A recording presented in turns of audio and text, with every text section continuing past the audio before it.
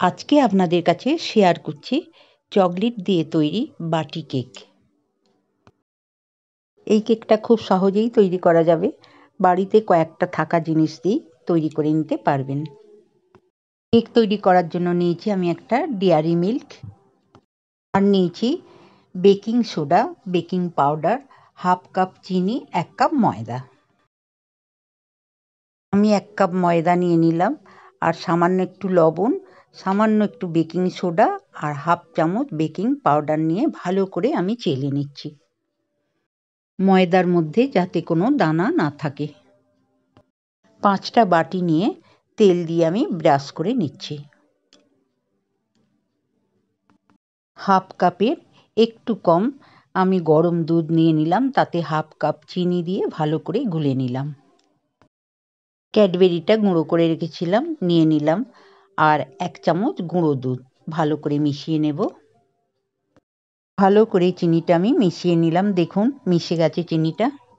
এবার আমি ময়দাটা অর্ধেক দিয়ে দিলাম, ভালো করে মিশিয়ে নিচ্ছি। বাকি ময়দাটা দিয়ে দিলাম, ভালো করে মিশিয়ে নেব। দিচ্ছি হাফ কাপের একটু কম রিফাইন অয়েল। আপনারা এখানে মাখন দিতে পারেন। কেকের ব্যাটারটা ভালো করে গুলে নিলাম, ঠিক এই রকম হবে, ঘনও হবে না পাতলাও হবে না, ঠিক এই রকম। কেকের ব্যাটারটা বাটির মধ্যে নিয়ে নিচ্ছি, তবে পুরোটা ভরবেন না।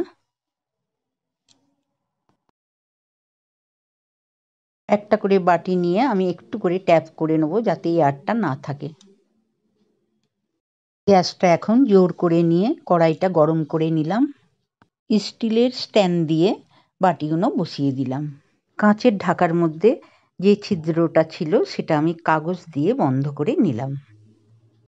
এখন ঢাকা দিয়ে গ্যাসটাকে লো ফ্লেমে রাখলাম।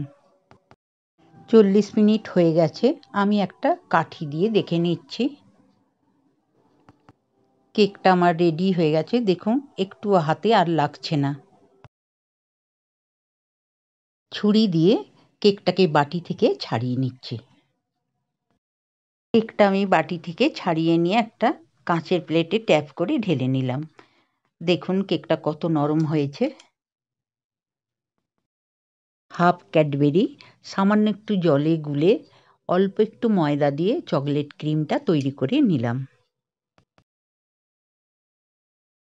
এবার আমি কেকগুলোর ওপরে ক্রিমটা ঢেলে দিলাম। 2 পিস হোয়াইট ক্যাডবেরি গুঁড়ো করে নিয়েছিলাম, সেটা আমি এর ওপরে দিয়ে দিচ্ছি।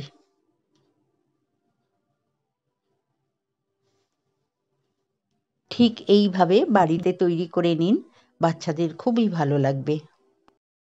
এক টুকরো কেটে দেখিয়ে দিলাম কতটা নরম হয়েছে। রেসিপিটা ভালো লাগলে লাইক করবেন, কমেন্ট করবেন, বন্ধুদের মধ্যে শেয়ার করবেন। আমার চ্যানেলে নতুন বন্ধু হলে সাবস্ক্রাইব করবেন নতুন নতুন ভিডিও পাওয়ার জন্য। ভালো থাকবেন, নমস্কার।